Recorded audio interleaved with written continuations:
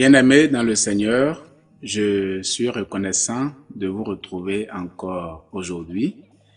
J'espère que vous vous portez très bien. Il a plu au Seigneur de nous réunir encore et nous allons méditer sa parole. Je vous invite à prier avec moi.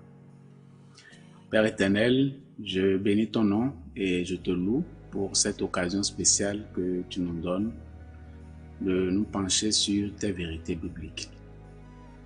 Communique-moi ta parole et à travers cela, donne-nous de nous nourrir afin que notre âme grandisse et produise des fruits dignes de ton nom.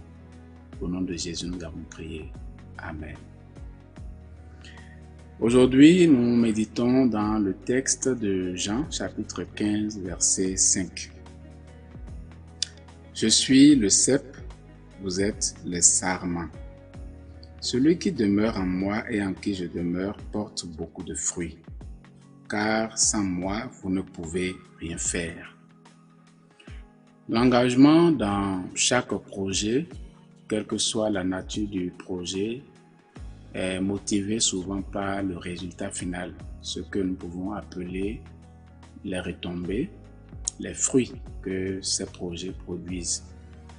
Et Jésus, en compagnie de ses disciples, va ici précisément se comparer au cep, qui est un arbuste important, précieux, avec une pauvre apparence, mais qui a une utilité importante pour les sarments. Les sarments autour d'un cep, selon ce que nous lisons dans le livre de Jean, sont de deux natures. Il y en a qui ne portent pas de fruits et il y en a également qui portent de fruits. Mais tout ceci sont liés au cep que représente le Jésus, notre Seigneur. Ce qui nous conduit dans notre première vérité de cet enseignement qui montre que Dieu est le pourvoyeur des fruits. Nous lisons dans 1 Pierre, chapitre 2, verset 4.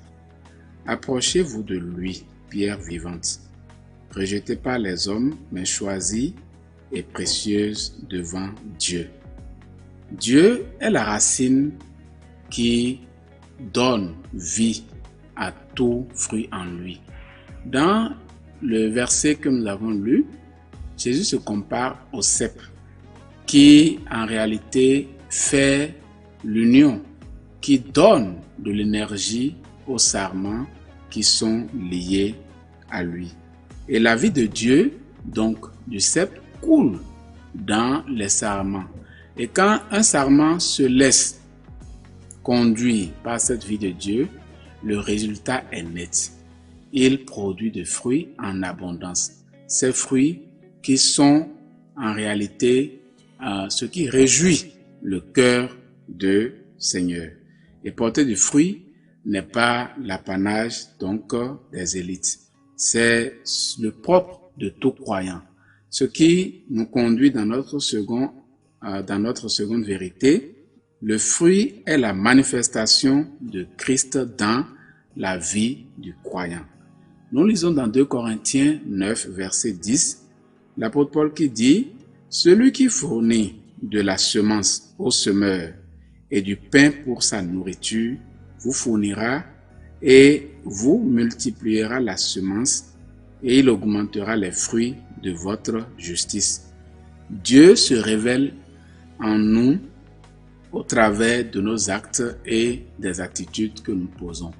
Et ce qui détermine la nature du chrétien, c'est les fruits qu'il porte. Et nous comprenons que ces fruits sont multiples.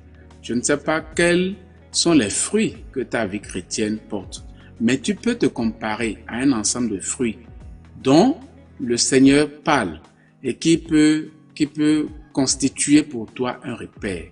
Les fruits qui peuvent se manifester dans la vie du chrétien sont entre autres de l'amour, de la patience, de la bonté, de la joie, de la paix, de la bénignité, de la bienveillance, ainsi de suite. Et quand tu m'écoutes actuellement, en termes d'évaluation, ta vie chrétienne porte quel fruit?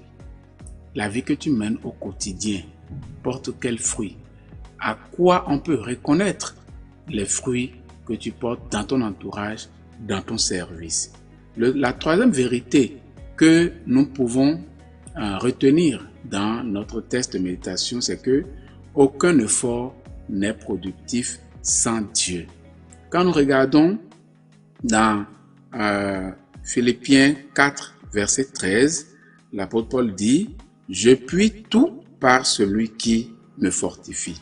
Et le verset du jour, vers la fin, nous dit « Car sans moi, vous ne pouvez rien faire ». Nous comprenons très bien l'expression qui dit « c'est peine perdue ». Il nous est déjà arrivé plusieurs fois de fournir des efforts, de travailler et puis de se rendre compte que ce sont donc des peines perdues.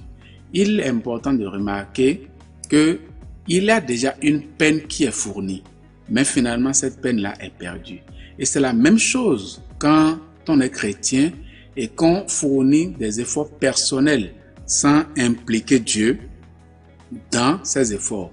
Ça ne donne aucun fruit et finalement l'on se rend compte que effectivement on est resté longtemps sans rien produire. À travers cet enseignement, Dieu te tend la main pour que tu ne vives pas sur la terre vainement. Si tu es chrétien et que depuis ton engagement jusqu'à présent, tu te rends compte que tu n'as porté encore aucun fruit n'est manifeste dans ta vie, l'occasion se présente à toi en ce moment même pour réparer ta relation avec le Seigneur.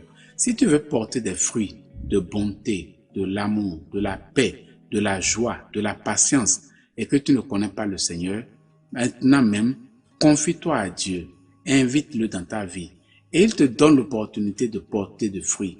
Et ces fruits peuvent davantage impacter d'autres personnes dans ton environnement. Si tu veux le faire, prions. Et pendant que nous prions, j'aimerais que tu ouvres ton cœur au Seigneur afin qu'il le transforme, qu'il y travaille et que cela porte davantage de fruits autour de toi. Prions. Seigneur, tu nous montres qu'il est facile de porter des fruits. Et la seule chose à faire, c'est de s'accrocher à toi. C'est de vivre la foi en toi et de savoir que toi, tu restes collé à nous. Et ce n'est qu'à cette seule condition que nous portons facilement de fruits. Je prie que tu nous relèves de nos faiblesses et que tu augmentes notre foi en toi, que nous puissions nous concentrer sur ta vérité désormais, afin de porter des fruits dignes de ton nom, qui honorent ton nom et qui te donnent gloire. Merci de nous exaucer. Au nom de Jésus, nous avons prié. Amen.